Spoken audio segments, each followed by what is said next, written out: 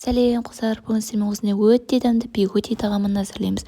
Ол үшін ұнымызға бір жұмыртқамызды, тұз, ашыт қымызды салып, жылы сумен қамырымыздың иін қандырып, әбден илеп, оны 30 минутқа көтерілткізіп қоямыз. Көтерілген қамырымызды арнайы осындай домалақ пішіндерге келтіріп алып, барлығын реттестіріп, бетін жауып, 15 минутқа қойып, оған дейін фаршымызға картоп, жуа, капустамызды салып, тұз, бұрышымызды салып, араластырамыз.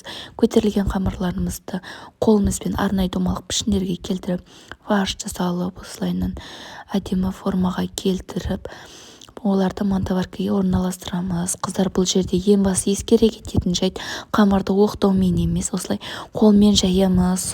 Оқтаумен жайылған қамыр көтерілмей қалады. Мантоваркадегі бигудиларымызды қайнаған суға қойып 45 минут қайнатып аламыз.